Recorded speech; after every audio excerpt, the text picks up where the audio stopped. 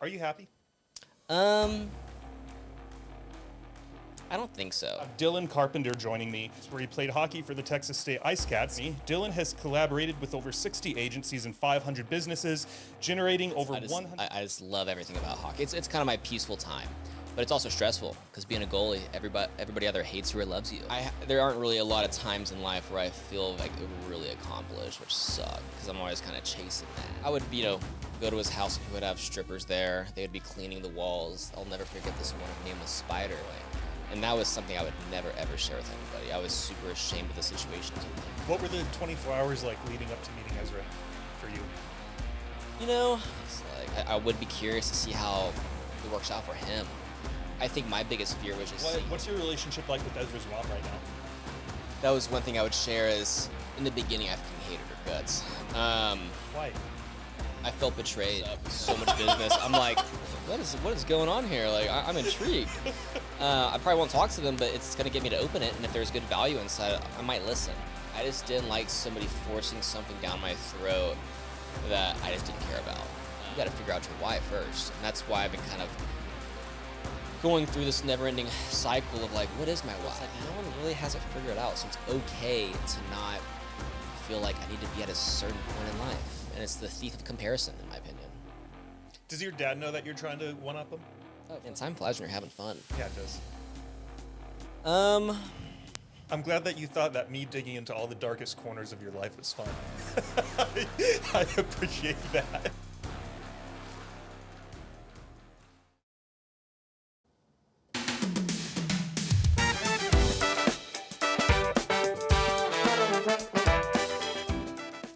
All right, everyone. Welcome back to another exciting episode on David's Saturday Night Sitback. Today, I am thrilled to have Dylan Carpenter joining me. Dylan is a highly accomplished freelancer, contractor, and performance marketer based here in Austin, Texas. With a bachelor's degree in marketing from Texas State University, Dylan has carved out an impressive career path that I can't wait to explore with you guys today.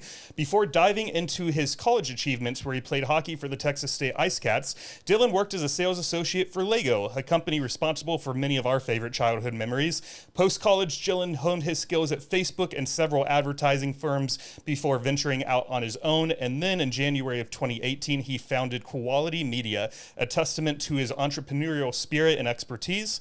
In his professional journey, Dylan has collaborated with over 60 agencies and 500 businesses, generating over $100 million in revenue. His deep understanding of performance marketing has made him a sought-after consultant and mentor in the industry. In November of 2019, Dylan launched and co-hosted the Rich Ad Poor Ad podcast, a show dedicated to dissecting successful and unsuccessful ads, providing invaluable insights to marketers everywhere. And in today's episode, we'll delve into Dylan's impressive career journey, exploring his strategies for success, the lessons he's learned along the way. We'll also talk all things podcasting, social media's impact on our lives, and his roots in hockey and here in Texas. Whether you're looking to take the next strategic step in your own career or simply curious about the world of performance marketing, this episode is packed with valuable insights. Dylan, I'm grateful to have you here doing things on DSNSB this afternoon, and welcome to your episode on David's Saturday Night Sitback. Thank you, David. That was quite the intro there. That was juicy. I've been on quite a few, and I'm like, this one had a ring to it. So, Hell yeah. Hell yeah, man. Appreciate it. Hopefully accurate. Yeah, no, it was spot on. I mean, I probably got to change my LinkedIn these days because, I feel like time flies. And people are like, how long have you been in the industry? And I'm like, I usually say 10 years, but I look back at like when I actually launched it, I'm like, man, it has not been 10 years. Not yet. No, it's coming up. I mean, it's wild to think we're already almost halfway through 2024, or we are at this point. So it's weird how fast time flies the older we get. So we're more than halfway through 2024. Yeah. Did I hear you chuckle or see a smirk out of the corner of my eye when I mentioned Lego? Yeah, I was like, holy shit, no one's ever brought that up. No, that was a fun job. That was still I was in high school, and I remember walking through the mall one day, and I was always a Lego guy. I love building stuff and taking things apart. And as an adult, now it's guns, it seems like, and cars. And I still do a lot of Legos, but I walked through the mall and saw they were building a Lego store, and I was like, that would be cool. And man, I was a rock star there. It was a blast. I was slinging Legos. Moms loved me. I knew how to pitch the best, Legos to them. And I mean, some of them are fucking expensive, $400 for Lego sets. So that was kind of really when I really learned. I was like, I'm pretty good at sales. But yeah, it was a good gig. And I would also flip some stuff most of the time. You get a good deal. Yeah. sell it on the side. Worked out. Good cash flow. They are not cheap. I don't know if you noticed in the family room, I have a puzzle in there and I'm always working on those. And I ventured to the Lego aisle the other day thinking maybe I'd get one of those instead of a puzzle. The thing with puzzles, man, is they're $8.99 for a 500 piece. You get a 500 piece Lego set, you're going to be paying $200, $300. And the other thing too with puzzles for me is that I do that when I need just like 20 minutes of brainless time, because with puzzles, you're basically just color matching, whereas with Legos, you sort of need to follow a set of instructions. So I loved them as a kid, but I think my Lego days are behind me. It's funny. My girlfriend loves puzzles. She was doing one when I left, a little Disney one, and she'll knock out a 1,000-piece puzzle in like a day and a half. And she's like, "Can you do it with me?" And I'll get so pissed off. I just want to do the border, and I'm out. Like I don't know what it is. I don't know. They drive me nuts. So like I'd rather go play video games, and she can kind of puzzle. So like I've gotten her some pretty shitty puzzles where it's like the moon, where it's just like a very standard color and it's very hard to do, or even just a straight up black puzzle. And I'm like, oh, this is gonna take her a while to do here. No, it's just, she's freaking good at puzzles and knocks them out pretty quick, regardless of how difficult they are. It's kind of funny. Yeah, I think I did one that was it was basically a golden retriever, and someone got it for me because I knew I like puzzles and I like dogs. And that one was the first one where I almost gave up because the golden retriever took up like 90% of the puzzle. So it was all just putting together his gray or her the dog's not gray, golden fur. It was so frustrating. So when I do pick one up, I look for one where like it's sort of like this mug. This mug would make for a great puzzle. That would be smooth. Yeah. So good for your girlfriend for being able to take the harder ones and tackle them. Before we dive into things, I had one quick Lego story for you. When we were growing up, my brother always got the sets of the town. So he got, the fire stations, the police stations, buildings, whatever. And then I got all the medieval stuff, the castles and the dragons and the knights and whatnot. And every now and then if he was out hanging out with his friends or something, I would take all my knights and I would put them around the town and decapitate every single one of his little civilians. That's sick, man. That was such a good response. And he'd get so pissed off, it would take him 3 minutes to put everyone's heads back on, but he'd be like, "David, stop decapitating everyone." I'm like, get a better police force. No, they had some cool themes. I was a medieval guy too, and I had the police stations, but there was one. It was like these underwater aliens, and holy shit, man, they used to be so cool, and they've gotten kind of PG these days, to say the least. I mean, there are some still cool styles, but I think it's just trademarking, like copywriting issues these days that they have to kind of like pay more attention to. But yeah, now I just love the space shit. Like we have so many space shuttles, globes, pirate ships, and stuff. So I have like 5 unopened boxes and even like F1 cars and shit, but that's pretty funny. Take their heads off. That's gold. It's a morbid little child, Watch too many medieval times themed movies. I'll bite your legs off, a little Monty Python. Yeah. You just got back from Italy, and from what I could tell on your social media, you've also been to Budapest, you've been to Tulum, so you've traveled a little bit. Do you like it? Yeah. Yeah, I say I love it, but I always come back super stressed, or I'm super stressed there, because like with what I do, I don't stop working. I don't even tell my clients I leave, because, I've had cases where I'm like, hey, I'm going to be out for a couple weeks. Well, hey, can we get a deal on our retainer? I'm like, it's not how a retainer works. I'm still on the clock basically 24/7. So I don't really have vacations, or like it's kind of complex there. But I do like to travel. I love Europe. We love like South American countries. Budapest was fun. I was there for a month. My buddy who owns a company here in Austin called Live a Great Story, Zach Horvath, he's a super cool guy. But he's Hungarian, and he was going out there for 3 months. He's like, hey, how about you come out? And that changed my perspective on, outside the U.S. basically. And that was like my first big European trip. Did Berlin, Budapest, and then we just did the Italy side of things and just went top to bottom for 2 weeks. And that was pretty fun. But we do Costa Rica a lot too.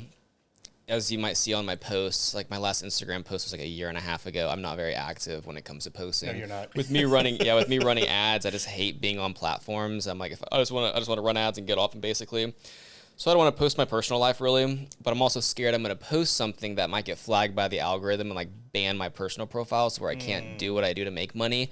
So I just don't post much. And like, even I got like thousands of pictures this past 2 weeks, and I'm never going to go through them again. I mean, I think I posted like 2 batches on my, Instagram stories, but I probably won't make a post about it. And we did Hawaii last September for my birthday, and we were there for 2 weeks. It was after the Maui wildfires.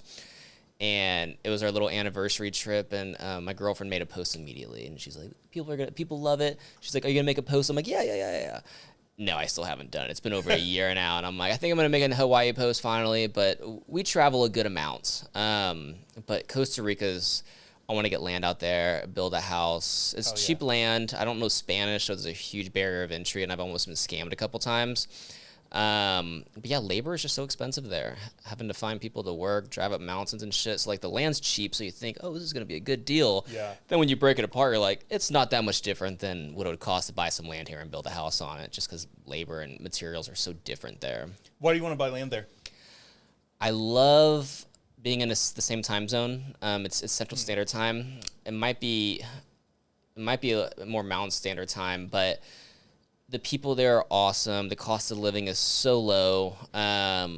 We're big beach people, so being able to drive 2 or 3 hours from looking at volcanoes to hang out on the coast is just one of my go-tos. And I love how cool it is on the mountaintops. So it's just it's a lot slower pace of living than kind of being in a city like Austin, where it's just booming and there's always something to do and staying active. And I'm a hermit these days. I could literally, I just want like 5 acres, just hang out, make a little shooting range, have a little plot for doing burnouts in cars and shit, and I'd be a happy camper. So me and some friends have talked about doing something similar, but in the U.S. Well, we actually, now that I think about it, we've never actually said where this would be, but getting enough land where we could get, build a couple of houses on it, and then just have space to build some gardens, have some animals, rescue a bunch of dogs, and just have like 20 dogs roaming around the property. And,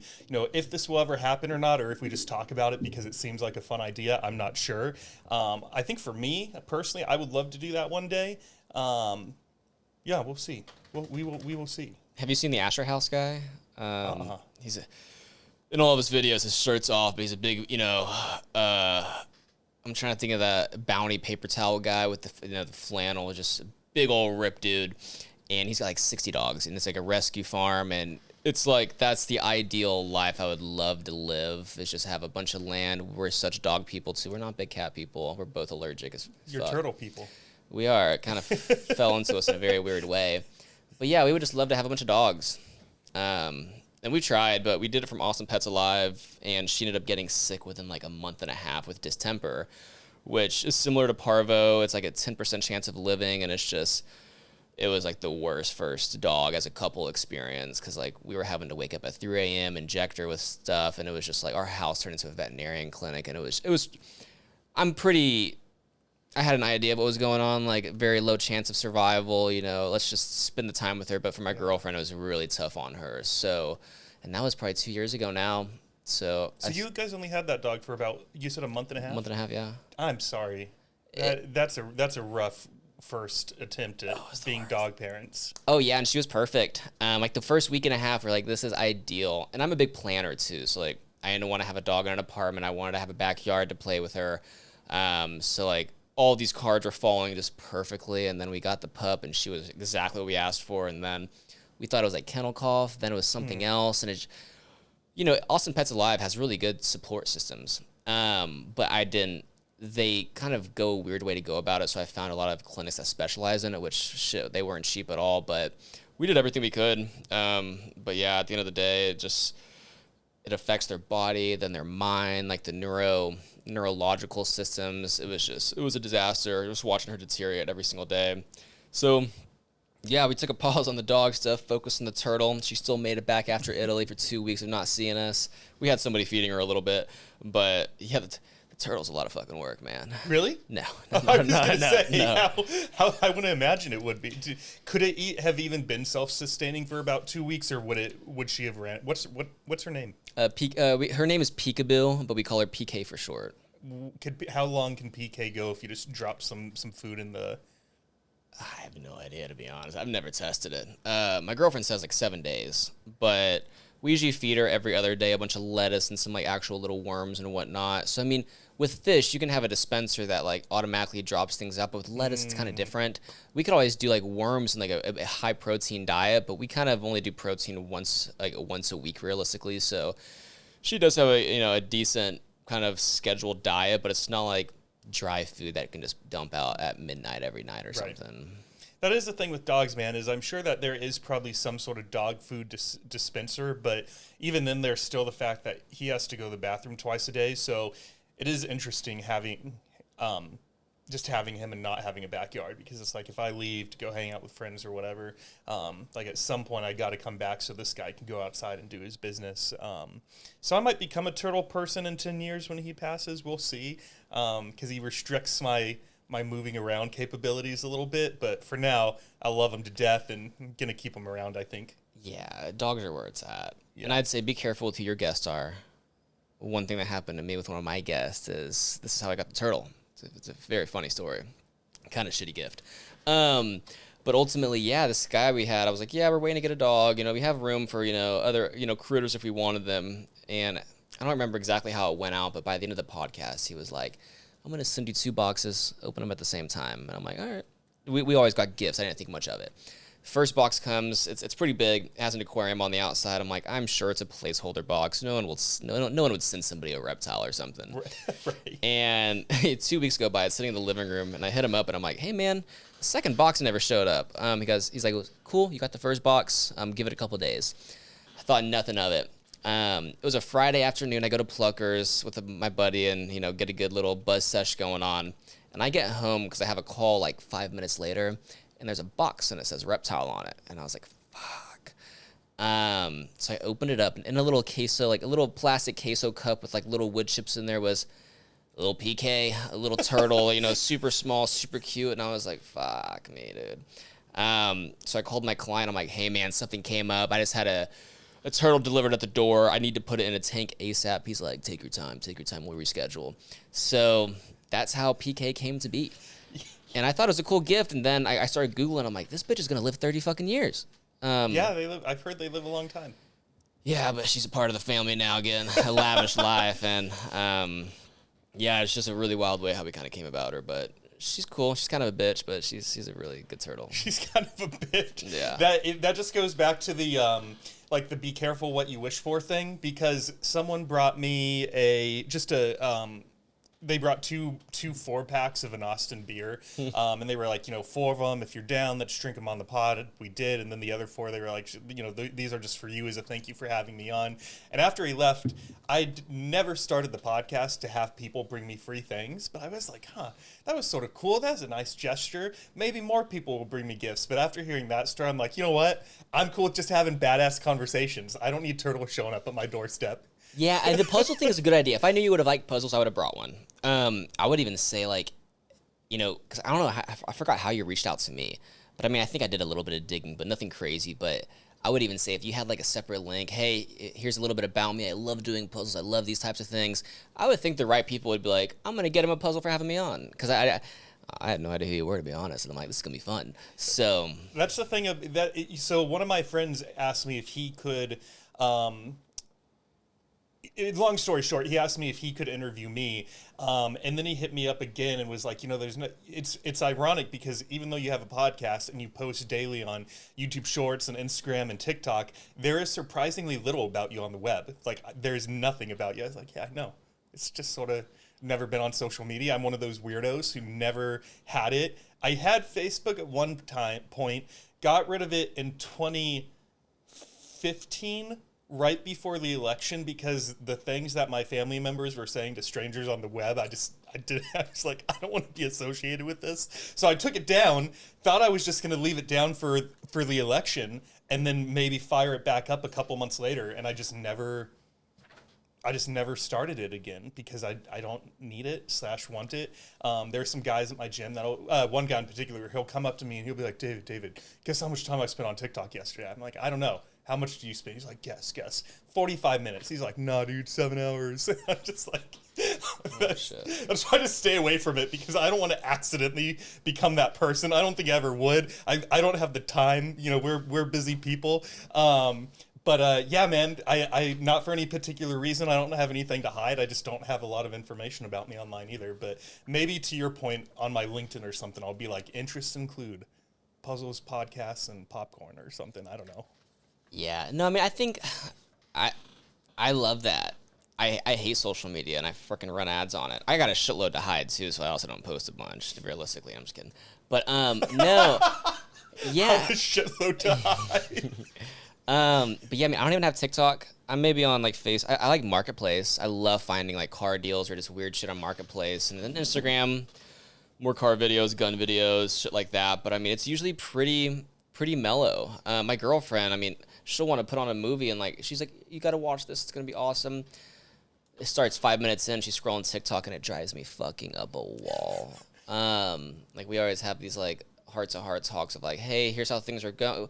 I love doing like quarterly reviews and like monthly reviews and shit like that. And the question always comes up like, what do you not, what do you wish I could change a little bit of? I'm like, get the fuck off TikTok. It drives me up a wall. But yeah, I think it's a cancerous society, to be honest with you. I think it's only gonna get worse too. I mean, I saw a video of some little kid playing a game on his iPad, and he had his phone over here, and he's swiping this, playing a game, and I'm just like, these dopamine, fixes people are getting off of what they see online is fucking absurd. And the other part with me is like, I love like watching gun videos too, and now I have a bunch of like Ukraine and Russia footage showing up on my timeline to where like desensitizes you to an extent. So it's like, fuck. So if 10-year-old kids are watching this, like they're gonna be fucked up. If I'm feeling that way at 29, like, so it's just crazy what's out there these days. But you're not missing much. If there's anything big, you're gonna find it across. I think Twitter is my go-to. I'm on Twitter a bunch. Well, and that same like group of guys from the gym, they all send me videos on TikTok, and I honestly, dude, it's like time. If I look at them, it's when I'm using the bathroom and I'm like, all right, I have 4 minutes to pass. Let's see what the boys have sent me this week, and then I'll log in and they'll send me like 112 videos. I'm like, I'm not even gonna get through all the. I'll get through like 3. And what they do send me some pretty cool stuff. It's very entertaining toilet time.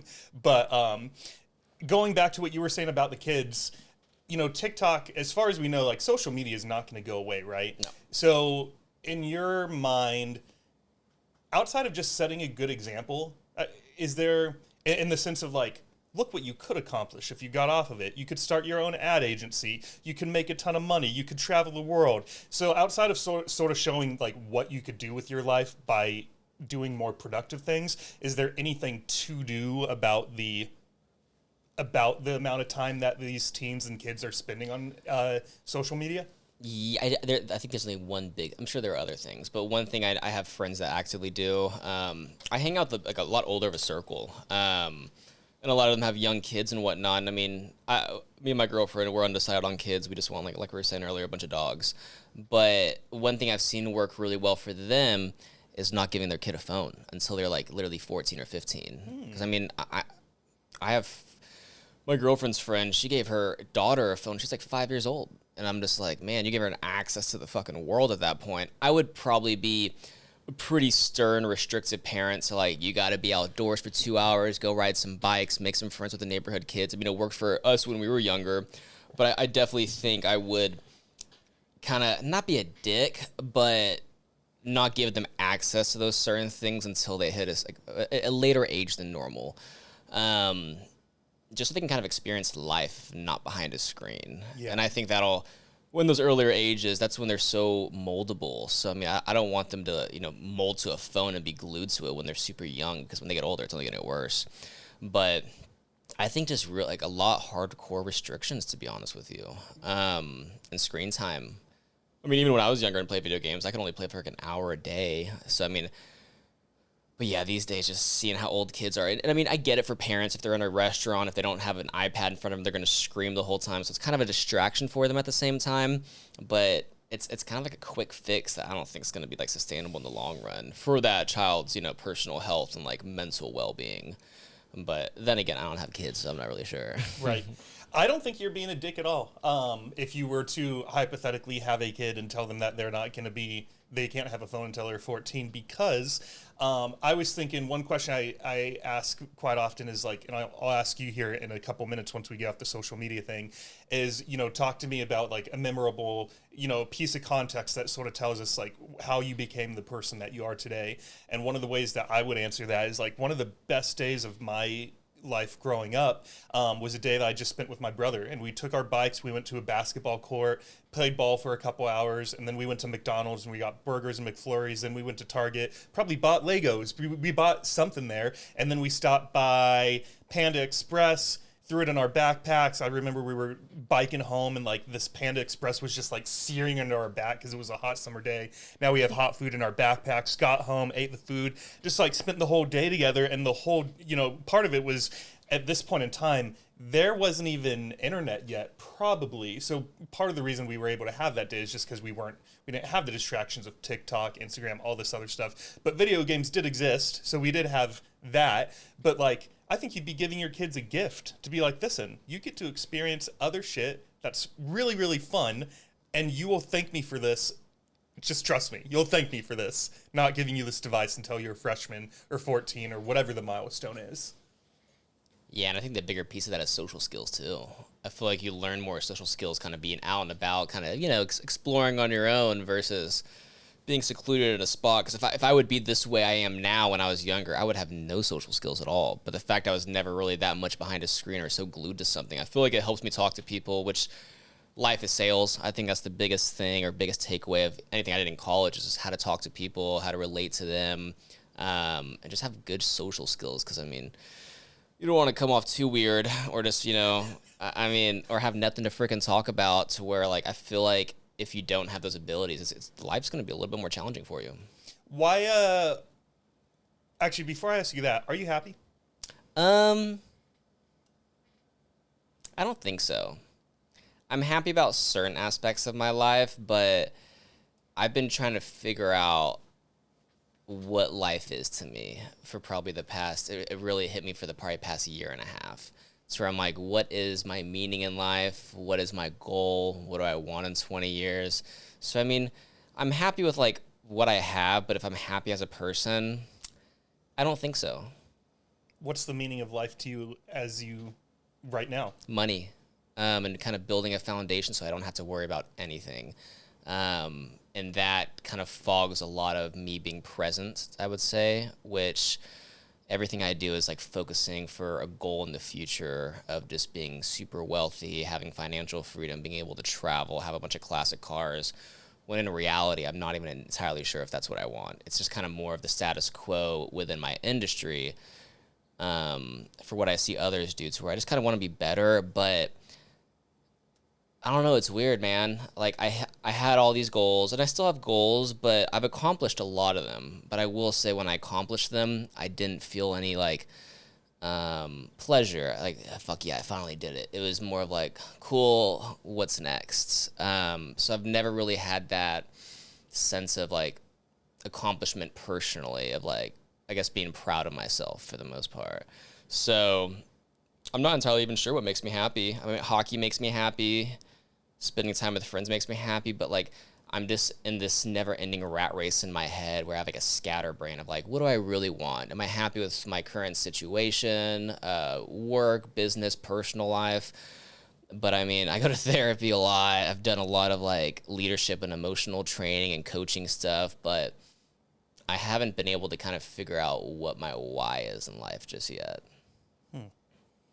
I have a question. I wonder if you'll resonate with this, or if you're like on the completely opposite end of this.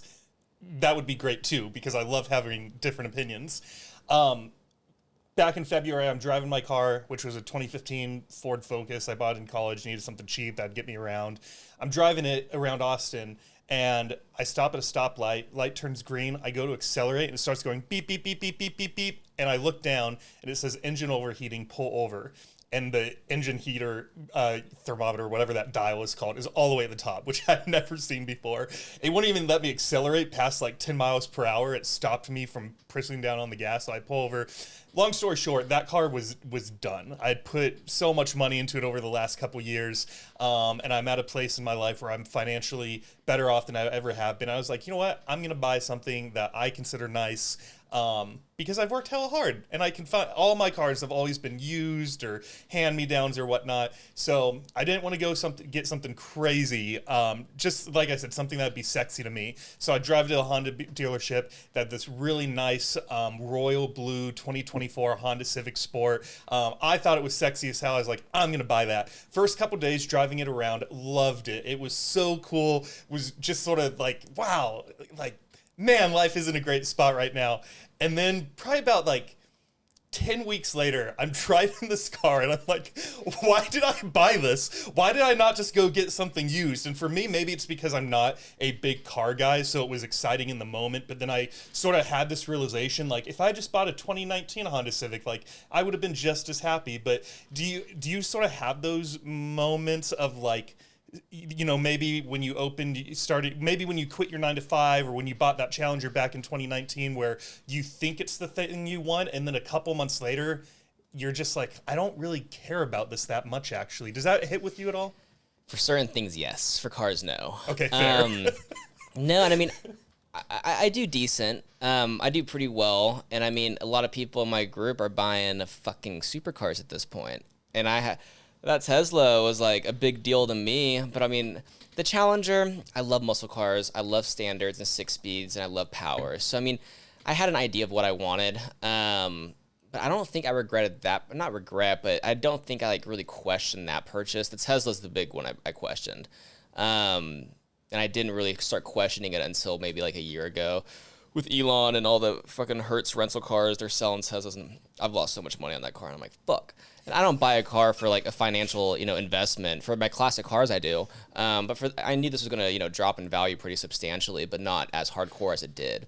But no, I'm really frugal. I mean, I could have Gucci loafers, Louis Vuitton belt buckles and shit, but I mean, I don't give a shit about how I look, really. I just like the classic black. I own literally 30 black tees, and that's all I wear, it seems like. But I mean, the only thing I really like to flaunt on, I guess, would probably be cars. And that's a cool car, but I don't think of it as like a Corvette or like a Maserati or a Ferrari or whatnot. But I don't see myself getting those. Unless there is some tax benefits to it. If I can find a way to not game the system a little bit, but partially game the system and get a cool freaking car, I would totally do it. But yeah, I'm not a very like materialistic person. I just buy dumb shit that you won't really notice, like katanas, flamethrowers, and shit that like I just like having as a wall mount essentially. But yeah, I don't know where I'm going with that, but cars are different for me, without a doubt. So what are you going to do over the next couple years to figure out your why? How do you get closer to that answer? More therapy for sure. I mean, I kind of fell into the therapy side because in my relationship we were having issues, and I thought I was, all good. I don't have any issues. You're perfect, yeah. Yeah, exactly. Yeah, nothing's wrong with me at all. I'm peaking right now. But I knew my girlfriend had some past trauma, and I was like, hey, you should, talk to somebody about it. Like, I'm a great listener, but I can't give you any logical advice. For me, if somebody tells me an issue, I'm like, cool, here are the solutions, here are some options, where that's not what you do with a girl or your girlfriend, essentially. It's like, they just want somebody to listen to. So I tried to get her to see a therapist for a while, and she was just saying how hard it was, and I was like, is it really that fucking hard?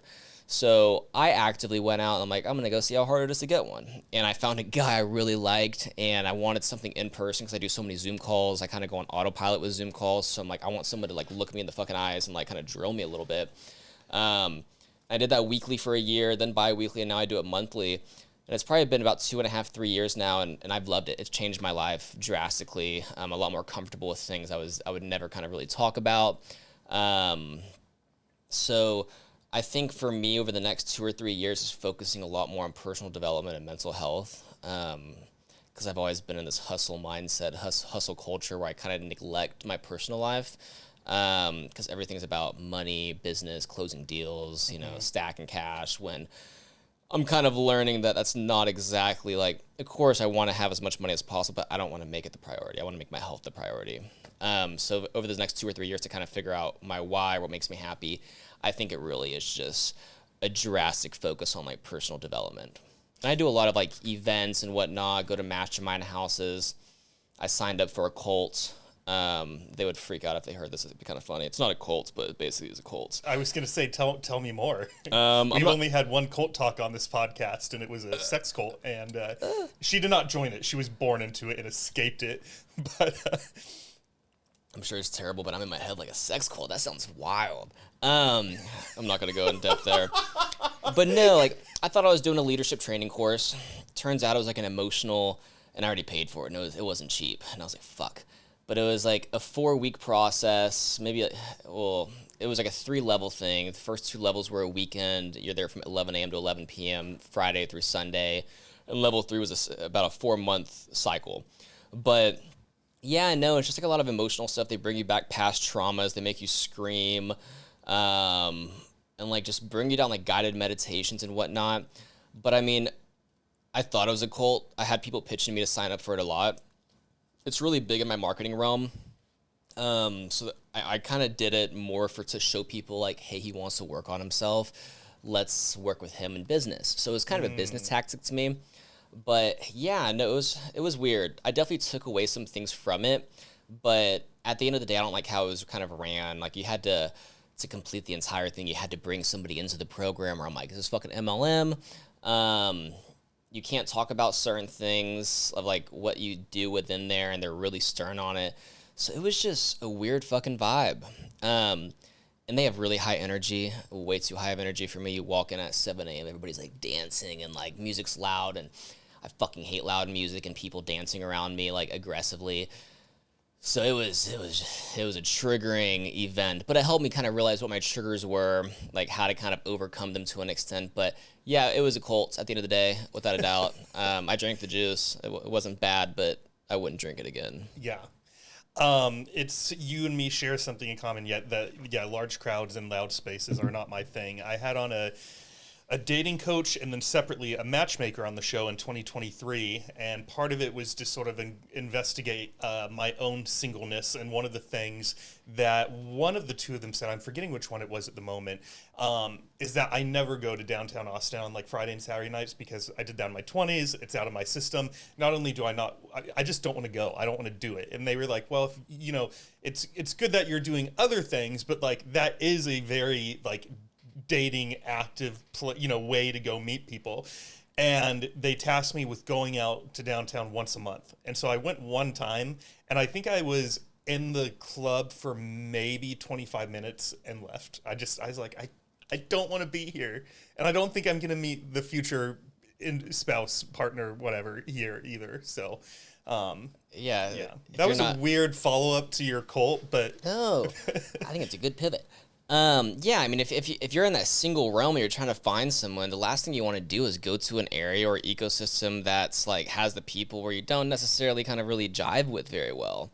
Like, I mean, if I was single right now, I know there are a lot of cool downtown walks. Like every Saturday morning, it's more kind of fitness people to an extent. There's no alcohol. It's kind of more of just like a fun session to kind of, talk to people and get to know them on a non-alcoholic level or kind of party level, which I think is way more my vibe now. Right. Because I was in the same boat. When I was at Texas State, I was a fucking machine. I did some terrible things, and I got it all out of my system, and I have zero desire to do any of that again. So it's kind of refreshing that, like, I have no desire to go to 6th Street, fuck 6th Street. But even Rainy Street or, like, West 6th or whatever it may be, I don't have a desire to even go out and party till 2 a.m. anymore. I'd rather stay at home on Saturday night and have the UFC fights on till 1 and just have a bunch of guys over. But yeah. Have you been on the boardwalk by chance? L Beecher's group? No, but that's exactly who I was talking about. I'm on Twitter with, and I think I met her once before, maybe a year ago before, when she first launched this, and like 10 people were going. But no, I mean, with me being in Pflugerville, I'm not going to drive down there on a morning. Like, it's maybe like a 25-minute drive just to walk. I'm a lazy motherfucker. I just play hockey to work out. I fucking hate like lifting weights and actually walking. If I lived downtown, I would totally do it, but I'm not going to drive somewhere 25 minutes to struggle a little bit, to be honest. Yeah. Let's pivot into hockey for a minute. Yeah. I got a very womp kind of story for you. So when I moved to Austin, I went to a Texas Stars game at the HEB Center in Cedar Park. And I'm not a sports guy. I played basketball and soccer growing up. I was always the worst kid on the team, very like no eye, hand, foot coordination, got made fun of a lot. For me, it's almost like sports are almost like triggering, so I stay away from them until I went to a hockey game. And dude, my first game, I walked out of there with a $150 jersey on my back. I was screaming my head off at the refs. I've been to 20 hockey games since I've been in Texas now. I love it. I was reaching out to a bunch of the players to try to get a couple of them on the show just because I thought it would be fun. Finally, they redirected me to their PR guy. And I don't know if maybe the podcast was too small or maybe he saw like that we have no niche at all, like what I was telling you about. But he essentially said, stop contacting us. We're not coming on. And I was like, well, that's shitty. But yeah, all that to say, how'd you get into hockey? My dad's from Buffalo, New York, and he hitchhiked down to Texas, but he was a big hockey guy. He played hockey. Everybody in my family played hockey and lacrosse too.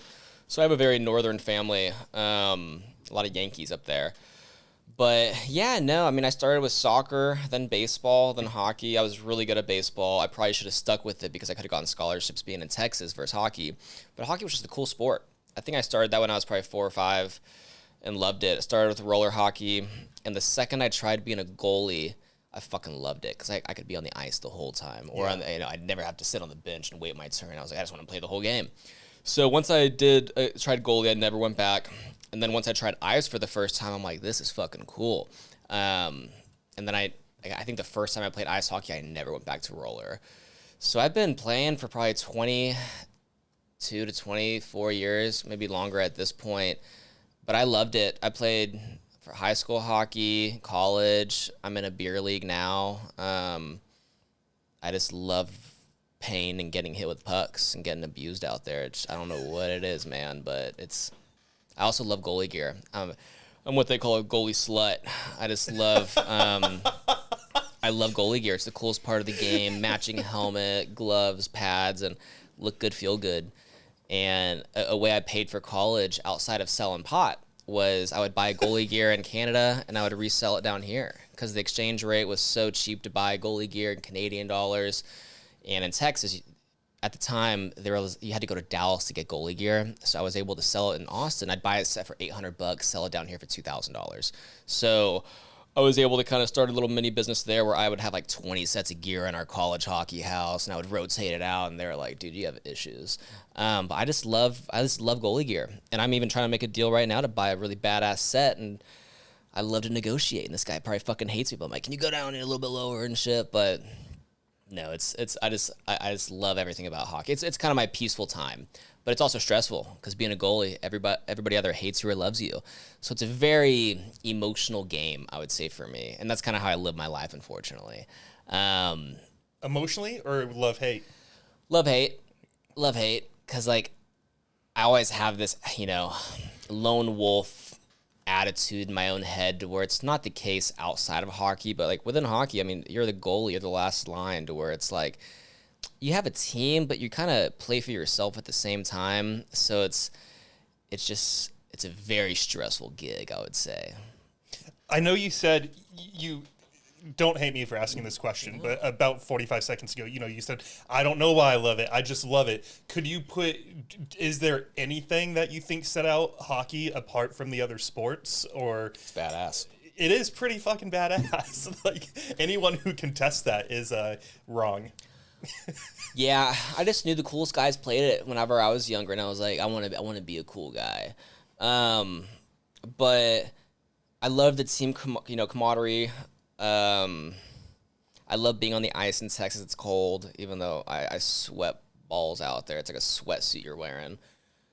But I think what I love the most about hockey, or especially my role, is making those badass saves. Like, there's certain saves throughout my life I'm never going to forget that I was like, yeah, people fucking clap for that. Like, cool glove save, or just, like, stack the pads and just, like the new way of goaltending is pretty textbook positioning, but I'm a small guy. You know, I'm not 6'4" like some of these other guys in the NHL or whatnot, to where they take up a lot of the net. I'm over here flailing and doing crazy shit, and they're making those cool saves is what makes it up to me, as well as winning, and then the gear. But I don't know where we're going with that, but Is there any when you're a goalie versus when you're closing the best deal that you've ever closed from a business perspective versus when you're traveling with your girlfriend versus anything else that you could be doing, is there any particular role where you're like, yes, this is where I feel the most comfortable, I am myself, and this is where Dylan just thrives?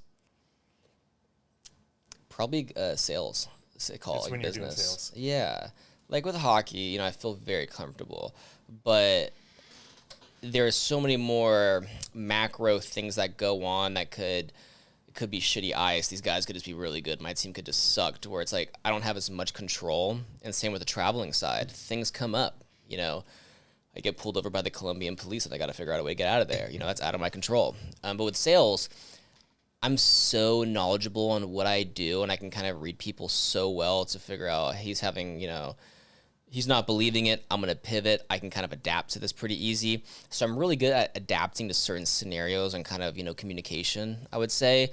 So, I mean, it's funny because when you were asking that, I had those three things in my head of, like hockey, travel, sales calls or work. And I fucking hate talking work or like even like business, but I'm so good at it and I'm so knowledgeable. And like, even when I help people, they're like, man, you really knew a lot there. And for me, it's just kind of autopilot. To where like I can look at something and I'll know within a minute of what takes people days, essentially. So it's cool to be able to know I have that value and knowledge there, but that's where I kind of like feel like, cool, I got this shit down. So it's very rewarding mentally, and closing a deal feels phenomenal as well. But yeah, no, it's just there aren't really a lot of times in life where I feel like really accomplished, which suck because I'm always kind of chasing that dragon, so to speak, which is a terrible metaphor, but that's exactly how it is. That's interesting because when you look at your life from an external perspective, you would think that you would feel accomplished. So I do want to thank you first off for how genuine you are. I've done you're probably about number 80, give or take, and I think you are the first person that just I've asked 79 people, are they happy? It's funny because one person, I didn't realize she's listening to the show. This was probably around episode 60. And at the end of the episode, I was like, so is there anything else we should talk about? And she's like, you have one more question for me. And I was like, I do. What is it? And she's like, you know what it is. You ask everyone. And I was like, what is it? And she's like, aren't you going to ask me if I'm happy? It's like, fuck. But anyways, you are the first person that has just said, no, I'm not. And I feel like some others, I'm not saying all my past guests are liars for you guys who are listening, but I do think it sometimes could be an uncomfortable, or I don't know. I just appreciate your honesty. I'm taking a long time to say thank you for being honest. No, that's super, like, that feels good to me. I try and be as humble as possible, treat people the way you want to be treated. I'm super honest and upfront, even on my sales side. Like, I'd sell, if I were to like, be like at a corporate sales gig, they'd be like, don't do that at all. But I'm like, I am so overly transparent and upfront. Like, if I can't make it work, I'm going to tell you straight up. Or if I'm trying to make it work and it's not going, I'm like, look, I don't want to burn more of your cash up, to where it's like people just, I'm very for the people, I would say. And I want it to be such a win-win. And it's funny because 3 years ago, if I would have done this, I'd be like, I'm happy as fuck. But I've just like, I don't know. I've gotten way more comfortable in my skin. I'm an emotional guy, kind of wear it on my sleeve more these days. And I don't know, I've just noticed it provides more value to people I'm around, listeners, or whoever it may be, when I'm just honest. So it's they can relate to it versus kind of putting on a bravado, so to speak. So, because we're in an age of just fake shit, I feel like, unfortunately. You said something a couple of minutes ago that I don't want to gloss over, is that you're good at reading people. And I think that the further into existence that we go with more AI, more technology, more social media, I think that this art of human connection and being able to read people is going to become a skill set that is invaluable. So I am, in a way, doing this podcast very selfishly so that I can succeed in the future through meeting all kinds of different people, from people who were born into sex cults versus people who grew up on the ice rink. And I'm just trying to develop this art of human connection and communicating and whatnot. For you personally, how have you worked that muscle of learning to read people? Putting myself in uncomfortable scenarios or situations with people, I would say. I don't know. I was always a really happy kid, and I was always kind of like the extrovert, and I'm way more introverted now, but I feel like I'm glad I was extrovert and I was more little, just because I would always want to be the class clown, be liked, hang out with people. So, I mean, I think what I do is kind of a part of that, so to speak, of like kind of wanting to be liked to an extent where I'm like, cool, you like when I'm really engaged with you, you know, having, you know, very good answers and whatnot. So it kind of feels good for me, essentially. I don't know. I forgot the question, to be honest with you. How did you personally develop that muscle for reading people? And it could have even just been practice. I mean, if you've been doing sales for 10 years, you're hopefully naturally just gonna get better and better. But did you do anything specific? No. No, I did some sales trainings and shit in college, and that's all I took from it. But I think it was my dad. My dad was a real estate guy. I saw how he dealt with people. I wanted to kind of follow in his footsteps and kind of recreate what he did to an extent. But I mean, no, I started working at Chili's. I love working with people. Then I worked at the Lego store. And I mean, everything I've done was pretty salesy. My dad owned a driving range, so I pretty much operated that. And dealing with golfers is a different beast sometimes. And I've done a lot of grunt work too, of just like the shittiest, you know, cutting grass, cleaning golf balls, chasing kids from stealing golf balls, and like it's just this fucked up shit. But I've always had some sort of sales jobs, and it's jobs I would do that I didn't know anything about. Like in college, my internship was working at Fastenal, which is, you know, construction equipment.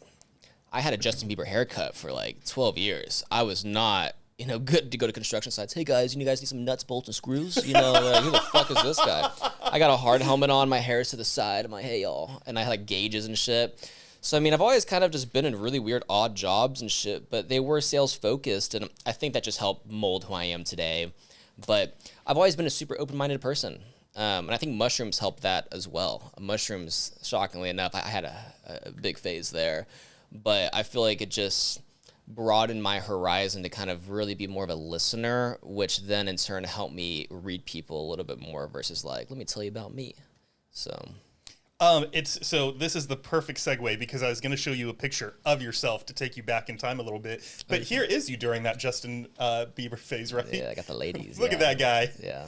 Why do you think this version of Dylan was more extroverted, and now that you've become an adult, you've swung to being slightly more on the introverted side? I was so adventurous then, and it's kind of coming back to me now, but I miss that younger part of myself that was super adventurous, risky, always wanted to learn. And I'm kind of slowly kind of bringing back my childhood charm, so to speak, of just like trying to like being an adult sucks sometimes. So like I try and bring back of like the youthfulness of like not having a fucking care in the world, in certain aspects. But I mean, that was a fun time. I don't know. I was a party animal. I did a lot of things that like people probably would have died doing. Such as? A lot of drugs, and just dumb shit like car surfing and like just really dangerous things. And like I think I would black out like every night. Being the goalie on the hockey team, everybody loves the goalie. And we were in a hockey house. We would have all the parties. So I mean, I was just always in a very crazy environment, which fit my life at that time, because we could dive into it at some point, but I had a very different upbringing. From, you know, age 1 to 12 was pretty normal, but from 12 to 18 was very different, which is weird. But I think it set me up for who I am, and I wouldn't change a thing, because I'm happy with who I am as a person. I just don't know if I'm happy internally, I guess. What happened between when you were 12 and 18? My parents got divorced, and it was a very bad divorce, essentially. And my brother, he was 15 or 16 at the time. He's 5 years older than me. But I was at a weird age where I didn't really know what was going on. And my dad left for a while. So I was like, am I ever going to see him again? I was always closer with my dad. So I always had doubts there. And I never got along with my mom, really. But over time, me and my mom just kept butting heads, and I moved in with my dad. And after the divorce, my dad was fucking crazy. He had to sell a bunch of his assets and whatnot. So he was very well off, and he turned to like gambling pretty hardcore. And he was probably 40, and he would date like 20-year-olds, 21-year-olds and shit. And he just had a really crazy lifestyle. And I'll never forget, I would, go to his house, and he would have strippers there. They would be cleaning the walls. I'll never forget this one. Her name was Spider. We called her that because she can climb the ceilings like a spider. Sorry. She was so fucking cool. But yeah, no, I was always around strippers, and they might have been prostitutes. I don't know, but he would go to the strip club all the time. We would go there for steak dinners, and it was very normal for me, like being 13 or 14. So I was kind of raised in a very sexualized life from that 10 to like 14 range. And then I moved in with my dad, and I could do whatever I wanted. I could have house parties. I would have girls over. Just like freedom as an adult, as a kid that young, was very different, I would say.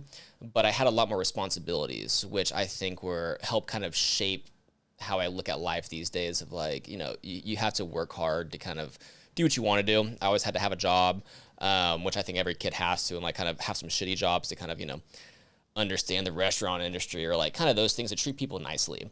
But yeah, no, it was a very, like we had a knife throwing wall in our kitchen. So like if your table is right here, this whole wall right here would have thousands of holes in it because we would just sit here eating dinner, just throwing knives in a wall. And he would have like former special forces guys over. He's like, here's how to kill somebody with one finger. And like, we were just around a lot of drugs. I saw people doing like bath salts, meth, heroin, coke, passed out on the floor, and it was kind of normal. And I didn't think much of it. But yeah, my dad went off the deep end. He went crazy. He almost got killed a couple times for like people following him from the poker room.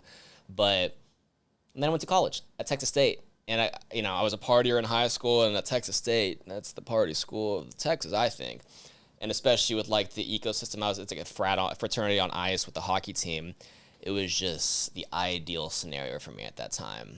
But I got everything I wanted out of it in 4 years, where I'm like, that was a lot of my body. And I did a little bit of it after college when I got a job at Facebook. But then after that, and I launched my own company, it was just a hustle and grind kind of thing. So, but it was a different upbringing, but I loved it. I wouldn't change it for anything. Did you have any kind of moment when you realized like, oh, that wasn't a normal childhood, or? Yeah, probably like 3 years ago during therapy. I was like, because I know, I even told my therapist, yeah, I had a normal upbringing and whatnot.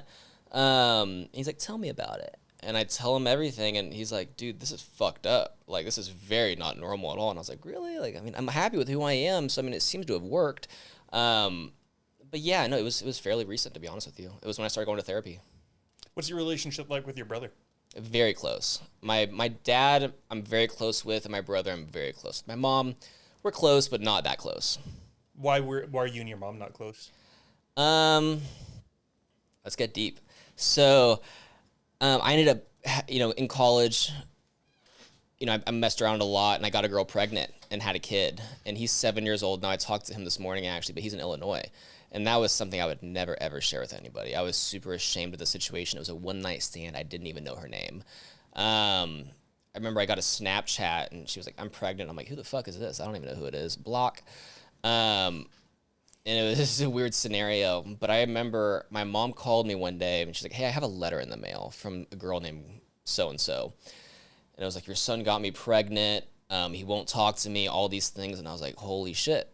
Like, I don't know how she found my mom. And I was just kind of shamed, I guess, of like the situation, like, why aren't you doing all these things and whatnot? And I just felt attacked, to be honest with you, which really caused us to separate. But where the big friction was from is, when me and this girl hooked up, it was a weird scenario. She said she was on birth control. She wasn't. I got her plan B. She said she took it. She didn't. So I kind of felt like I was scammed out of a way. So I was just like in a really bad spot. And like being a college guy and that happens, your world turns upside down. And I didn't want any involvement at all. I was like, I'll pay my dues, whatever it is, but I don't want any involvement because they're in Illinois, so it's not like they're in Texas down the street. And my mom got really involved, and she would like fly them out and like tell me to come out for Christmas or New Year's or Thanksgiving, and try and like do the parent link thing, link us up together without telling me and whatnot. When I'm like, I want zero to do with them. So she would try to kind of just did some things that I wasn't personally a fan of that put me in really uncomfortable scenarios where I was like, if you're going to keep doing this, I'm just not going to talk to you anymore. Or just kind of really be involved with the family. So that whole thing kind of really fucked up my family dynamic. And I'm kind of slowly mending it back together, to be honest. Therapy helped a lot. I would say if you asked me this 3.5 years ago, I wouldn't have said anything. But now I'm like super more open with what I do, like what's happened to me. Because I've had some guys like in similar situations that were kind of feeling super caged and like embarrassed that this happened, where I'm like, I fucked up, it is what it is at this point. And I probably started my son's name is Ezra. And like I said, he's 7 years old. And I just started talking to him probably a year ago. I feel like he was at an age where I'm like, I don't want him to grow up in like a weird situation where he's like, my dad didn't love me, or all like my actual dad and these things. He's got a father figure now and 2 brothers and sisters. But yeah, it's kind of rewarding for me, and he looks like me and he's pretty cute. But I actually met him for the first time 4 weeks ago. My mom had him at the lake house, and I wanted to go with my girlfriend and like, let's take him out to like main event, play some arcade games. And it was a blast. It was really fulfilling and rewarding and whatnot. But yeah, no, that's kind of originally how my family dynamic really changed, because they were kind of more involved than I wanted to be. So I felt like I was just scared to answer, or I had this big thing in my head where I assume what people are going to do. And I was assuming they were going to be like, why don't you talk to Ezra? You're being a terrible dad. This is not what you're supposed to do. And I never wanted to put myself in that scenario to hear those questions. So I would just never be around. So there was calculations to everything, but they were the complete wrong calculations at the end of the day. But yeah, even my therapist says you have an issue with assumptions. You assume certain things are going to happen when in reality, nothing's really happened. Like, they're kind of open, their understanding of like my thought process around it. So it's just a weird scenario. What were the 24 hours like leading up to meeting Ezra for you? I went in with no expectations. That's how I normally do it. I'm pretty open. I was like, it's probably going to be a little awkward. We've been FaceTiming a little bit. So I kind of, those first couple FaceTimes, I'm like, so what's your favorite color? It's kind of awkward. I'm not a big kid person by any means. And I think it's from this situation. But I was excited.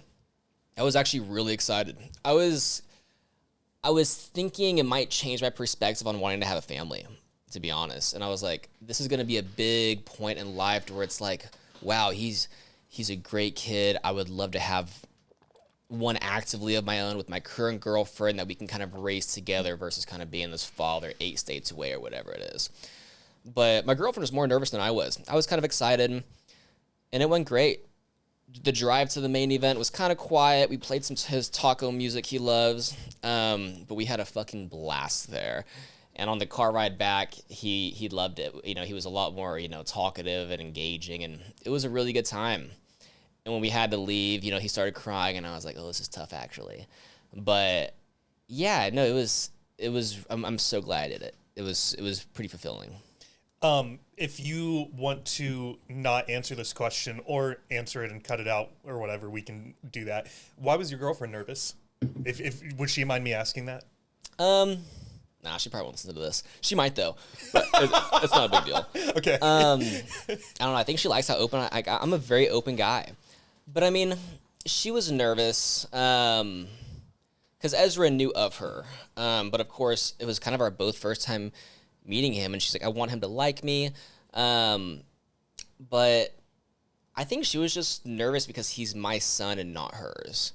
And I think that is one thing that does affect her, and I give her so many props for, like, it took me a while to tell her, like, hey, I have a kid, surprise. I'm not involved, too, so I feel like a fucking asshole monster saying that. It's tough to tell people, or it was earlier on in. But I don't know if she gets a sense of jealousy, or, like, I just wish, your first kid was with me versus somebody you had a one night stand with. So, I mean, I'm not entirely sure what goes through her mind on that side of things, but I have so much respect for her for being so open. And she's like, hey, if something happens, he would be ours. And she's 100% on board with that, and I couldn't be more appreciative of that. But I think she was just, driving up to the house, I was pretty fucking nervous. It was starting to kick in. I'm like, did it get hot in here? But no, she was just nervous because I think she was just hoping he would like her, hoping nothing kind of went bad and shit. But I don't think she went in with the same expectation to me. I'm like, hey, anything could happen. Let's see what happens, Yeah. But I just want us to have fun and have a good initial connection, and I think it worked pretty good. But do you feel like you're still a bit of an asshole monster, or is that yeah I do. I don't think that's gonna go away. I don't think so. In the next couple years, you don't think it might with continued therapy and with even just with other stuff like searching for the meaning of life, and as you continue to move away, because you're able to talk about it pretty comfortably right now. You're not getting emotional, and you're very articulate, or maybe you are getting emotional and you're just very good at hiding it.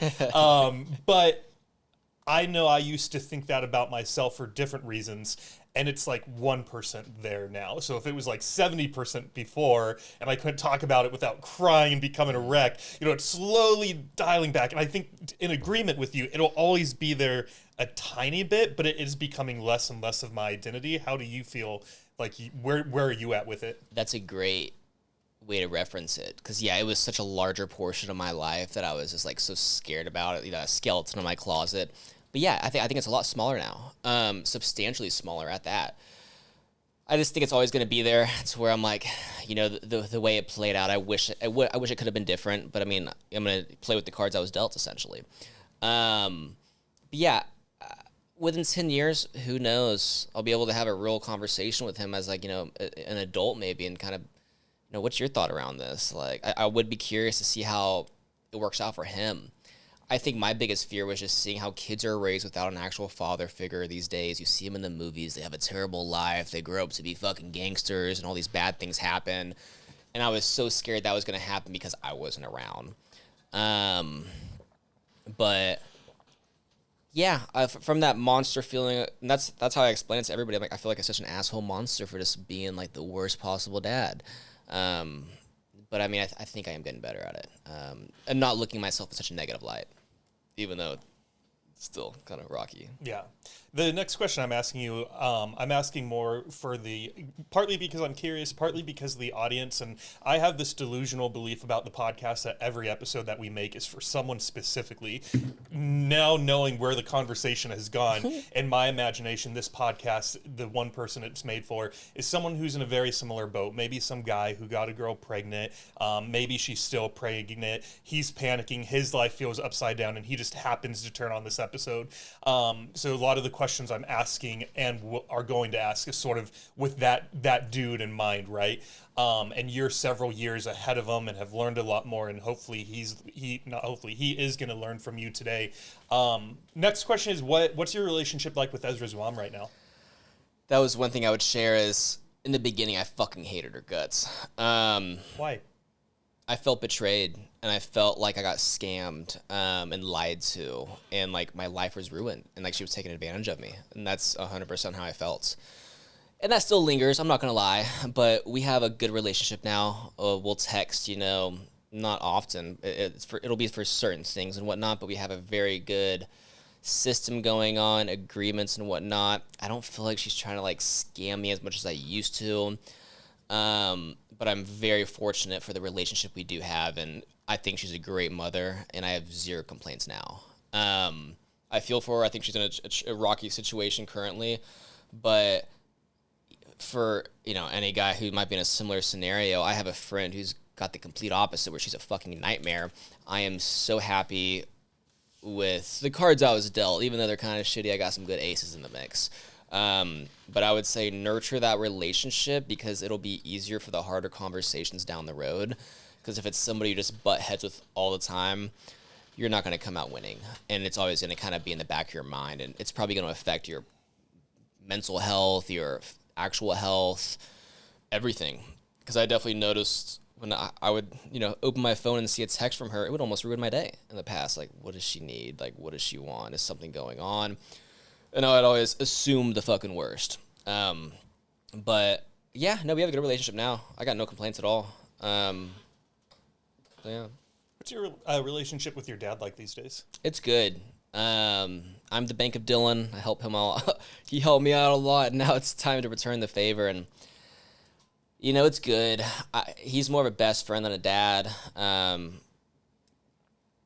He still plays poker. He's taking care of my grandma right now. He's blind in one eye, deaf in one ear, can barely walk, but she's the life of the party. And he's got it tough. But my relationship with my dad, we are so close. He's backed me through everything I've ever wanted to do. He showed like a lot of quiet support.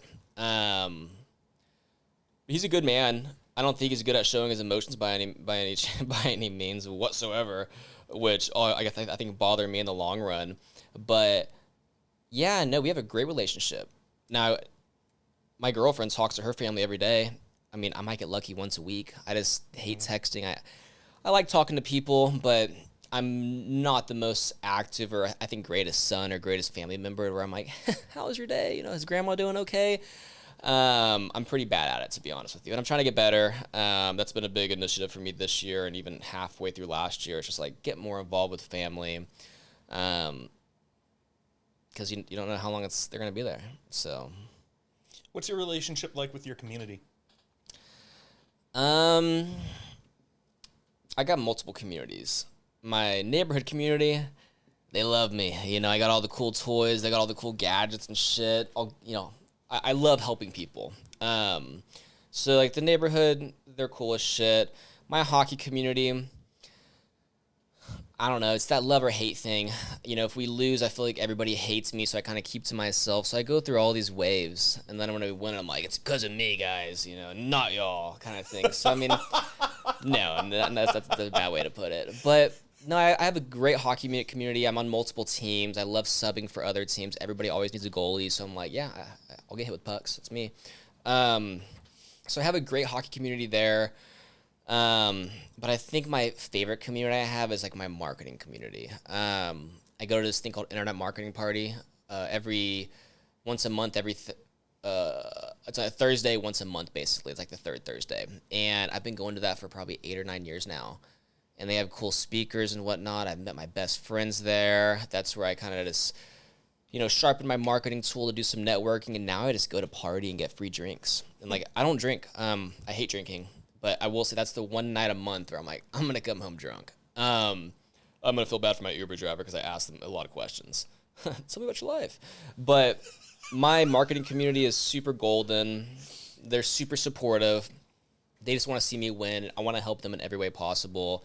It's a lot of, give and take, essentially. But a lot of these older guys, like who I'm meeting up with after this, his name's Kevin Wyatt, but he's like a crazy badass financial advisor. He's like 70 years old, and he's like, let's get some coffee, man. So like I get to like get all these fresh perspectives of guys who have been through the ringer and whatnot. So I mean, my marketing community is probably my favorite. I have a selfish question for you. One thing I wasn't anticipating when I started the podcast is that if I want people to listen, I do need to market it and enter YouTube Shorts, TikTok, and Instagram. So as someone who is marketing something on the internet, should I be going to this internet marketing party? Oh, 100%. Okay. I might text you for the details later. Yeah. I'm going to text you for the details later. The next one's this Thursday. And I'll be there. It's so fun. Great people. You'll probably find a lot of great applicants for guests, to be honest with you. It's health coaches, business owners, entrepreneurs, the random accountant. Like, I mean, it's all walks of lives, I would say. But it's a great group, a great crowd. I would even intro you to David Gonzalez, the guy who hosts it all. If there's one guy to know in Austin, it's David Gonzalez. That name sounds so familiar. What's his main? How would I know that name? Maybe I've even reached out to him and he just didn't answer or something. But he's all over online and whatnot. But he is the networker in Austin. He just knows fucking everybody. He hosts the Internet Marketing Party. He has this 3-day think tank house where he gets a house in the Westlake or Lake Travis. It's a fucking like $20 million mansion. It's electric. But he's a networker. But yeah, I mean, I wouldn't be surprised if you knew him. Saw him on the street, like, there's David. He's a good guy, but he would be he would be a fun one to have on the podcast. It'll probably be tough to get on, to be honest, but I think that would be so fucking fun. I mean, right now I'm working on Ben Barnes, Machine Gun Kelly, Peter Dinklage, a few others, so I'm up for a challenge. Yeah. And I figure if I don't ask, they're never going to see. What's that stupid phrase, like you miss 100% of the opportunities you don't ask for? Wayne Gretzky. Something like that, yeah. Yeah, and what I like to say is risk it for the biscuit. When you were talking about hitting up the Texas Stars guys and like they're like, don't hit us up, I would say, fuck you until I get a season as this, essentially. Like, I would hit up every single player. You know, hey, you know, I would love to have you on my podcast. Here's what we do, whatnot. It might be small, but, you know, I think you'd be great for the audience or whatnot to kind of help build it up and get your story out there. Because at Texas Stars, those guys aren't big yet. You know, of course, the AHL, but they aren't known yet. So, I mean, I think there are going to be certain guys who would want to put themselves on a pedestal and kind of flex a little bit. But, you know, I've definitely had some of my best successes from people to saying, no, don't do this, and be like, fuck it, I'm going to find a way around it. It's a good fire starter, being told no. Oh, God, yeah. Yeah. Hey, my PR said I shouldn't reach out to you, but I was like, fuck it. It's like, I think... I wonder if I said exactly that, if it might actually elicit a response. Because sometimes I think from a marketing perspective, when I'm reaching out to potential people to recruit, I will say the wildest things. Because I saw this video that someone did on the fucking truck, the Elon Musk truck, and how like this is marketing genius because it looks so weird and it's so different. So like as you're marketing, what if your goal is simply to just like elicit a response and that's it? It doesn't matter if you come off as like crazy, but basically stop being so like politically correct. Like just what do I need to do to get an answer from Dylan? So I wonder if I tried that with a few players. I was like, they told me not to reach out, but here we are. It would work. Yeah. I know, like, I mean, in my Twitter space, the amount of cold DMs I get from like these 20-year-old like email wizards, like they say the raunchiest shit to get my attention. And if someone's like, hey, I would love to tell you about how to get more leads, I don't give a shit. But if someone's like, right, Dylan, I'm going to fuck your inbox up with so much business, I'm like, what is going on here? Like, I'm intrigued. I probably won't talk to them, but it's going to get me to open it. And if there's good value inside, I might listen. But I think a good brand that does that is Liquid Death. Murder Your Thirst. Have you heard of Liquid Death? You want one? No, I'm good. Okay. But I love their brand. Thank you, though. You're welcome. I love their branding. It's just so obnoxious, and it is. I think the way they position that, you know, they're going to IPO. It's going to be $1 billion brand, easy. Yeah. They might already be there. But yeah, no, I mean, yeah, those early phases, risk it for the biscuit. Like when I would try and find guys for our podcasts, like we had some like legit guys on there, like Billy Jean, Neil Patel. These are huge guys in the marketing scene, and shit, good luck getting on their calendar and stuff. To where I would hit them up on LinkedIn, find them at like events, Facebook Messenger. I would find out what school their kids, or you know, what school their kids went to. Like, hey, this is the nurse so and so. Is this Billy Jean? I'm just kidding. That'd be fucked up. But I do know someone who's done that. So we're like, what was a collections agency? They would pretend to be the guy's, you know, kid's school, so they would answer and whatnot. But yeah, no, the days of attention spans are just going to get worse. So, like the more outrageous and like upfront you can be and add value, I think the better it is at the end of the day. What's your relationship like with nature? I am not a nature guy. I mean, I like being outdoors a little bit. I lack vitamin D. I don't have any in my body, actually. I have some liquid drops that you could just take. I started taking supplements recently because I did it. It was from, like, I think Joe Rogan had him on their podcast called Ways to Well. And I got all this blood work done. And they were like, yeah, you don't have like any vitamin D. You need to take a lot. And I'm like, yeah, that makes sense. But I mean, with the nature, I mean, you know, on my dating profile 5 years ago, I was like, I love to hike. I love to be by the river. I fucking hate it, if I'm being honest with you. I hate mosquitoes. I you know, the heat's, you know, all right for me. But I'm not a very good nature savvy guy. Like, if I'm going to go camp, I'm going to glamp, get a nice ass cabin or something. You know, I hate to say, but that's just the kind of guy I am. I know how to, you know, get my hands dirty because we had deer leases. I know how to clean deer, go hunting and whatnot. But I'm kind of a bougie outdoor guy, if anything, but I'm not a big outdoorsy guy, to be honest with you.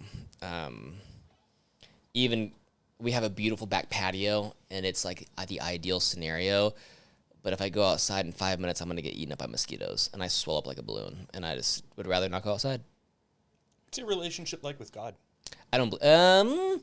That's a good question there. And to clarify, I'm not referencing the dude that the Hebrew Bible is talking about. I'm asking, you can answer this however you want. Your mind defaulted to religion, didn't it? Oh, 100%. Yeah, I think that's pretty natural. I'm not a religious guy. I mean, I was raised having to go to church every Sunday and going to like vacation Bible school and Sunday school and shit, and I fucking hated it. Right. I just didn't like somebody forcing something down my throat that I just didn't care about. And you know, I'll be honest, at the end of the day, if we do have a family, I'm going to take them to church. Whether I believe it or not, I think it creates good ethics and morals of how, like, kind of relate with people and just, not be a bad person. I do think it did help create standards and ethics for me where I was like, cool, here's how some people see the world. It is beautiful. They have this, of their why. So, I mean, if we have kids, we're 100% going to be like, a church family. Even if I fucking dread it, just because I do believe it creates good morals. But my relationship with it, I would always say I was like an atheist, but I mean, there might be a greater being out there, but I mean, I don't believe it. I'm a very science guy. And of course, going to Italy and seeing all these old Roman things, I'm like, this is fucking cool as shit, and how they did with the religion and whatnot. But I mean, I don't know. I'm not a religious person. I don't like being pushed it. I don't know. That's a great question. I haven't had that one in years, I feel like. But there might be a greater being. But I mean, I wouldn't be surprised if we're just a fucking ant farm on some little alien boy's shelf. To be honest with you, like, I mean, we might be in a simulation. I love those conspiracies. Those crack me up. But yeah, no, I think everything happens for a reason. And I think it's up to us to work with the cards we're dealt with. And if you don't have that mentality, or like you feel like things just aren't going your way and you're not going to do everything in your willpower to change that case, I think it's kind of a personal thing, to be honest. You seem like you have a lot of really good life experience. And I feel like if you and your girlfriend did have... Girlfriend or wife? Girlfriend. Of 5 years. It's okay. If you and your girlfriend had a kid... Even though you and me have only been sitting with each other for an hour and 20 minutes, I feel like you are more than equipped to teach your child a moral compass, and a good one. Why do you think you need the... I'm trying to think of how to phrase this question respectfully. What I'm trying to say is I don't think you would necessarily need the church, especially if, as a kid yourself, you dreaded it. So why would you impose that on your kid when you have the tool set to raise a child? I feel like you would be a wonderful father. Thank you for that. That's I've never heard that. That's actually awesome. I don't know. I just see the things that, like, I was forced to go through, and I'm really happy with how I turned out as a person, I guess. So, like, there are certain things I would want to replicate, but of course you always want to do better than how your parents did it. So of course I would be able to, do some extra things on top of that. There are certain things, though, like going to church, that I feel like just created a good ethic and moral compass for, like, how to treat people the way you want to be treated. I think there are some slogans in the Bible that are super valuable. I couldn't tell you what they are, but I'm sure there are some that are really juicy. I remember that played a part in how I was raised, but I appreciate that. Yeah, I don't know. It's weird, because one thing even recently is, like, I went to this 3-day think tank, and my biggest thing was, like, I want to understand financial and investments. I'm in a very good spot, and I'm like, I want to make as much money as possible. How can I maximize cash flow, my investments, minimize taxes? And they were like, dude, you're doing all the right things. Why the fuck do you want this? And I was like, I don't know. I want it all. I just want to have as much money as possible. And they're like, you got to figure out your why first. And that's why I've been kind of going through this never-ending cycle of, like, what is my why? Why do I want tens of millions of dollars when I don't fucking need it? I did a little driller experience of, like, from 30 to 40, 40 to 50. Where do you see yourself? What kind of house? How many cars? How much is it going to cost? And I was like, the amount of money I thought I wanted is nowhere near to what I need. It's like a fifth of it. And I'm like, I actually don't need to have that mentality to have tens of millions of dollars to, like, be what I think would be happy down the road. But yeah, I guess where I was going with that is, like, they kept bringing up how I'm trying to follow in my father's footsteps to an extent. And I need to kind of start writing my own path because I'm always trying to one up my dad. I always want to be a better man than he was. He was a great man. But of course, you kind of like, you want to be a level up from him, but also have your own path to be that better man, I guess. And they were just like, yeah, you're doing a lot of the same shit he did. And I was like, fuck, you're kind of right. Which some of it's not good, some of it's good. But I don't know. I want to be my own person, build my own legacy and shit. And I think it's going good, but I don't know. I got a lot of shit to figure out. But I think we all do. Even when you were younger, you talk to guys who are like, when you're 10, someone who's 16, oh, they got it all figured out. No, they fucking don't. The same way with me talking to these 70-year-old guys, I'm like, they have it all figured out. And when I get really in depth with them, no, they fucking don't. They're still kind of winging it just as much, if anything. So it's like no one really has it figured out. So it's okay to not feel like I need to be at a certain point in life. And it's the thief of comparison, in my opinion. Does your dad know that you're trying to one-up him? Oh, fuck yeah. Yeah, we have a funny relationship. You want more, or are you good? Oh, I'm totally good. Okay. Yeah, no, I mean, if I start talking fast, I apologize because like caffeine. I'm a fast talker, so like I have to like mentally pull myself back to not talk fast. My mind just goes really, really fast. So, do you sleep pretty well? No. Me neither. Do you have trouble falling asleep, or can you fall asleep quick and then you're waking up all night? What's your sleep? Once I'm asleep, I'm asleep. But falling asleep takes me an hour and a half, maybe 2 hours. I'll just be thinking about something, or like, I gotta do this tomorrow. I'm stressed with something. But yeah, falling asleep is very challenging for me. But once I'm asleep, it's pretty good. I mean, I probably get a good 5 or 6 hours minimum, and that's sufficient for me. And I used to take a lot of Adderall, and I recently got off it. I told you I took some yesterday because we just got back from that trip. I'm trying to combat the jet lag, and I've traveled a bunch, so I kind of know how to do it. But yeah, no, I've been getting off a lot of like Adderall and like mood enhancers and stuff to kind of just feel more normal versus drugged up all the time with like a boost, so to speak. So my body health has changed drastically in the last 4 or 5 months. What is... as we start to sort of wrap things up here, what's something that I should ask you that I haven't asked you yet? Man, time flies when you're having fun. Yeah, it does. Um, I'm glad that you thought that me digging into all the darkest corners of your life was fun. I appreciate that. I enjoy it more than like tell me about how you generate clients. But I don't know. I think a good question would be to anybody is, how do you provide value to the ones around you? How are you providing values to the ones around you? I'm really bad at it. I go through this thing of like wanting to help people, but sometimes I don't set boundaries to where it bites me in the ass, to where like I want to be over helpful, but I'm trying to help them out. I almost give away too much to where they keep asking for help, and it's kind of like a never-ending thing. So, I mean, a big thing for me is creating boundaries of like, hey, I can help you with this one thing, that's fucking it, kind of thing. But yeah, no, I mean, I do think, treat people the way you want to be treated. I've said that quite a few times, but I mean, use your expertise. I mean, even our conversation, we've had great eye contact. We've flowed very well. I feel like I've been able to provide value to you. You've been able to provide value to me, and like asking fucking legit questions that kind of made me actually think. But I think another episode we could do could be businessy, where I can provide value on the marketing side, how to launch a business, how to acquire clients, focusing on retention of those clients, how to sell a portion of the business, how to use AI. Like, I mean, I think being able to understand your strong suits is super valuable, because a lot of people, like, with what I think I know, it's a cakewalk for me, but for somebody else, it's fucking another language. So, I mean, I think understanding what your strong points are and being able to kind of dumb them down a little bit so where like a fourth grader can understand them is super valuable there.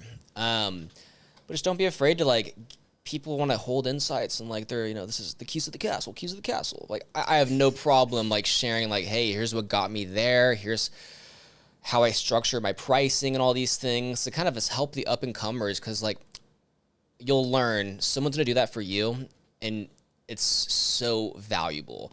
So where you're going to have some people who just want to keep everything to their chest, that I feel like it's not as rewarding to them, to where like now I'm at a point where I can kind of provide value to what someone did for me when I was 21, 22, building a business. And it just makes it so much more rewarding for the person sharing that info. And that person's going to be forever grateful to you for like, thank you so much for sharing those insights. And it's going to be an awesome connection to have. Yeah. Well, first off, one, if you wanted to come back and do a more businessy episode, I would love to have you back, but only if you want to do that, because I don't want to turn something that should be fun for us and have it feel like work. So I would only want to do that if you're mutually also. I think that AI and a couple of the other things that you just mentioned are things that would be really fun to talk about. So if you want to come back, know that you will be welcome with open arms. You looked like you wanted to say something. Go ahead. Oh, no. I always fucking do that, I feel like. I have a good resting bitch face, so I'm glad it's not kind of pulling out today. Oh, no, it's not. Yeah, no, I would love that. I wasn't sure how this was going to go, but I feel like we flow really well, and I've enjoyed this a lot. So, like, now that I've gotten to know you more, like, it's way easier for me to talk about those types of things versus someone who I feel like is just trying to pull information out of me that's, like, businessy. How do we all get rich? Go. No, sell drugs, dick pills, semaglutide. Buy hockey equipment. We already talked about it. Buy hockey equipment in Canada, bring it down here, resell it. There you go. It's hard to do these days. It's a lot. But. There is one thing you touched on. Actually, before I segue into something completely different that you're not going to be expecting, is there anything else that you wanted to talk about today that we haven't covered yet? No. All right. Thank you so much for being here. This has been so good. This has been best way to start a Sunday. So thank you. Second best way. I took the dog to Zilker before you came here, and our time outside is always wonderful. So I thought you were going to say I took some mushrooms earlier. And you mentioned earlier conspiracy theories, and I'm curious. Are you familiar at all with the disappearance of Flight MH370? Oh fuck yeah! What do you think about that? It's a very broad question.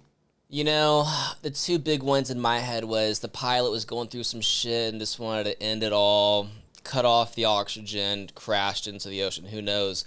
But then I saw the video of the 3 orbs going around and I'm like, fuck, I don't know what it could be. I thought the Netflix documentary fucking sucked. I think it was just, an engagement grab, but I don't know. I don't know what's real. It's kind of tough. So 2 follow-up questions. Why do you think it was... So I just finished watching it this week. I finished the 3rd episode on like Thursday or something. And I do agree. I think they made it in a way that was entertaining. But did you think it was not very factual? Or why'd you think it sucked? I'm so judgy, to be honest. And I think it was the types of people they brought on that, like, I didn't feel like they were experts in the field. It was more people who are really good at kind of creating clickbaity headlines, essentially, that weren't as more knowledgeable on the subjects they were talking about. It's the same way with Ancient Aliens. Like, they bring on these guys with crazy hair, like, it's fucking gonna blow your mind. When I'm like, this guy, I feel like he knows some shit, but not... I want to be more educated versus, like, pitched, so to speak. But I feel like the people they brought on for that, I mean, I think I saw it during COVID. It's been around for maybe not that long. But, I don't know. There are a couple tidbits of new information, but as a whole, I wasn't as, like, damn, that was kind of a waste of time. I could have found that on Reddit, you know? Yeah. So... You personally, do you think the orbs were alien? Let's say they're real, right? Let's just take that assumption first. They're orbs, made the plane disappear. Was that an alien technology, or do you think that was something that the humans created that we don't know about yet? I think it was the humans. If they were aliens, I think we would have seen them by now, to be honest. And I think we have some pretty badass technology where maybe they were testing some shit out of, like, how to time warp or do some other cool shit, whereas, like, that's our guinea pig, and let's see what happens. But I don't know. I feel like we would have more evidence. Like the Tic Tac videos, those are cool as shit, but I don't know. And we're kind of at a weird time where, like, things are very easily fabricated. So, like, some of these videos that are kind of made, I'm like, I can tell what's AI or not. My girlfriend shows me a video of, like, there's the hurricane. I'm like, that's an AI tornado. That's, like, not real at all. So it's getting harder and harder for people to kind of be like, what's real and what's not. But, I mean, I do think in that scenario, I would say it was the government. I mean, I think they're up to no good, but... After watching the Netflix documentaries, and it's funny because now the next thing I want to do is go over to Reddit. I want to go from, like, watching something official to, like, let's just see what the people are saying. Or maybe I'll even just go to the comments on a couple YouTube videos. I think that would be entertaining / informative. I think it was the government too, man. The only thing that I've asked a few people that I don't even know how I would answer it is, do you think those 239 people are still alive? Do you think they could be? I mean, 10 years later, we still haven't heard from them. If it did go wrong and they're in some alternate, planet or something, maybe they're all hanging out on Mars, or I don't know. What do you think? You think they're dead or alive? I think they're dead. Yeah, I'm leaning that way too, unfortunately. I mean, it was the same way with that Titan submarine. They knew they were dead immediately, but they kind of led the story on for like a couple days or like even a week. Like they have a certain amount of oxygen left. There might be a chance, where it was like the pressurized cabin, if it goes a certain, there's no way they're surviving from like what they were able to track. So like I think they kind of led people on. So I mean, I don't know. That has nothing to do with what we're talking about. That was a crazy story there, but. Yeah, fuck the ocean. I would never, I would love to go to space. It's funny, I wouldn't go see the Titanic or whatnot. Just underwater and pressure freaks me out. But, going to space would be different, I feel like. I would totally do that, but who knows? Who knows? Well, Dylan, where can people find you? Where do you want them to go? Yeah, hit me up on Twitter or Instagram, just @MarketerDylan. I'm most active on Twitter. You can find me on Facebook, too. I might post something once a year. Same with Instagram. But if you want some really good stuff, business insights, as well as some shenanigans and shit talk, Twitter is the place to go for me. Okay. And then just real quick, pitch yourself. Who's your ideal client if they happen to be listening today? Yeah, my ideal client is somebody who has an established business that wants to scale their business. Say they're doing, $1 million to $2 million a year right now and want to go to 10 million and maybe 50 million. I'm your guy to maximize your Meta, aka Facebook and Instagram advertising efforts. I'll look at your account. I'll be upfront. Hey, I can do some magical shit here, or hey, there's not much I can do. So everything I do is to help acquire you more customers. I don't like to do it for new businesses. It's very hard for me. It's a coin flip. But if you're an established and you have a track record, you're kind of having trouble getting to that next level, I am 100% the guy, because everything I do is very specialized with acquisition for lead generation or e-commerce for Meta and Instagram. Hell yeah. I just had a weird idea, and if you want to be like, David, that's the fucking stupidest idea I've ever heard, you can tell me that. Do you ever go on Shark Tank and just fast forward to like the part where the sharks ask them where their revenue's at, and if they happen to say like 2 to 5 million, look them up and hit them up real quick? Be like, hey, I could help you.